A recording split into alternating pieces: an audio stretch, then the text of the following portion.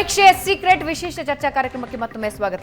ನಟರಾಜ್ ಗೌಡ್ರೆ, ಇಲ್ಲ ಇಲ್ಲಿ ಈಗ ಕರ್ನಾಟಕದಲ್ಲಿ ನೀವು ಯಾವ ರೀತಿಯಾಗಿ ನೀವು ಸಮೀಕರಣಗಳನ್ನು ತೆಗೆದುಕೊಂಡ್ರು ಕೂಡ ಮಾನ್ಯ ಸಿದ್ದರಾಮಯ್ಯನವರು ಅದ್ಭುತ ಆಡಳಿತಗಾರ, ಈ ಗ್ಯಾರಂಟಿ ಯೋಜನೆಗಳ ಅನುಷ್ಠಾನ ತುಂಬಾ ಚೆನ್ನಾಗಿದೆ ಅಂತ ಹೇಳಿ ಜನರು ಮಾತಾಡ್ತಾ ಇದ್ದಾರೆ.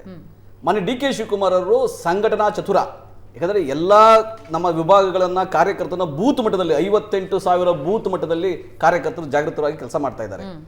ಮಾನ್ಯ ಖರ್ಗೆ ಅವರು ಕರ್ನಾಟಕದ ಹೆಮ್ಮೆ, ಕರ್ನಾಟಕದಿಂದ ದೆಹಲಿಗೆ ಹೋಗಿದ್ದಾರೆ, AICC ಅಧ್ಯಕ್ಷರಾಗಿದ್ದಾರೆ, ನಮ್ಮ ಇಂಡಿಯಾ ಮೈತ್ರಿಕೂಟದ ಸಂಚಾಲಕರಾಗಿದ್ದಾರೆ. ಅವ್ರಿಗೆ ಕರ್ನಾಟಕ ಕೂಡ ಗೌರವದಿಂದ ಅವರಿಗೆ ಈ ಬಾರಿ ನಮಗೆ ಮಾನ್ಯ ಖರ್ಗೆ ಅವರಿಗೋಸ್ಕರ ಬಿಜೆಪಿ ಮತ್ತೆ JDS ಇಂದ ನಮಗೆ ಮತಗಳು 5% ಹೆಚ್ಚಿಗೆ ಬರ್ತವೆ, ಅಲ್ಲಿಂದ ಕಿತ್ಕೊಂಡು ನಮಗೆ ಬರ್ತವೆ.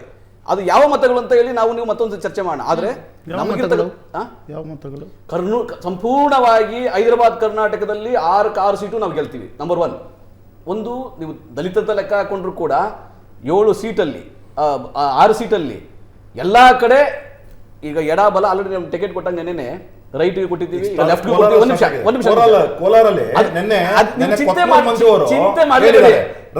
ರವೀಂದ್ರ ಗೌಡ ಗೆಲ್ತೀವಿ,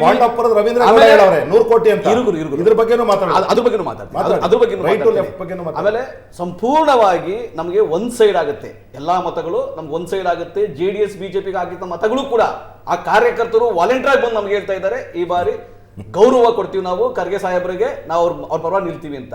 ನಾವು ಇವೆಲ್ಲ ಲೆಕ್ಕ ಹಾಕೊಂಡ್ರೆ ನಾವು 56% ಮತಗಳು 20 ಸಚಿವರಾಗಿ ನಿಲ್ಲಿಕ್ತಾ ಇರಲಿಲ್ಲ, ಅಷ್ಟೊಂದು ವಾತಾವರಣ ಇದ್ದಿದ್ದೇ ಅದಲ್ಲಿ. ಈಗ ಕೆಲವು ಈಗ HC ಮಾದೇವಪ್ಪನವರು ಸಿದ್ದರಾಮಯ್ಯ ಆಪ್ತರು ಚುನಾವಣೆಗೆ ನಿಲ್ಲಿಕ್ ತಯಾರಿಲ್ಲ. ಈಗ ಬಟ್ HC ಮಾದೇವಪ್ಪ ಚಾಮರಾಜನಗರ ಚುನಾವಣೆಗೆ ನಿಲ್ಲಿಕ್ ತಯಾರಿಲ್ಲ, ಚಾಮರಾಜನಗರ ಲೋಕಸಭಾ ಚುನಾವಣೆಯನ್ನ ಗೆದ್ಕೊಂಡು ಬರ್ತಾರೆ. ಇದು ಬಹಳ ಇಂಪಾರ್ಟೆಂಟ್.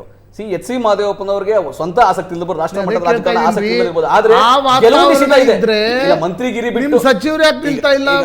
ಈಗ ಹೈಕಮಾಂಡ್ ತೀರ್ಮಾನ ಮಾಡಿದ್ರೆ ನಿಲ್ತಾರೆ, ನಂಬರ್ 1.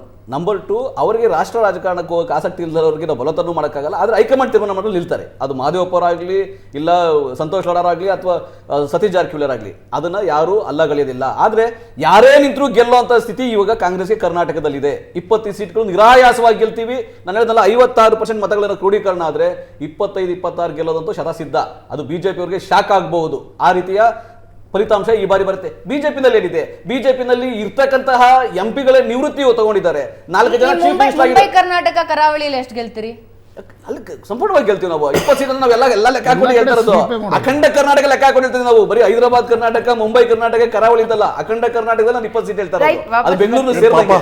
ಇವ್ರ ಪಾಪ 1964 ಗೊತ್ತಾಗ್ತಿದ್ದಾರೆ.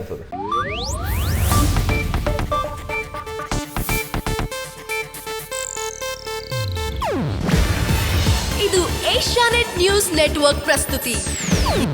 ನೀವು ನೋಡ್ತಿದ್ದೀರಾ ಏಷ್ಯಾನೆಟ್ ಸುವರ್ಣ ನ್ಯೂಸ್.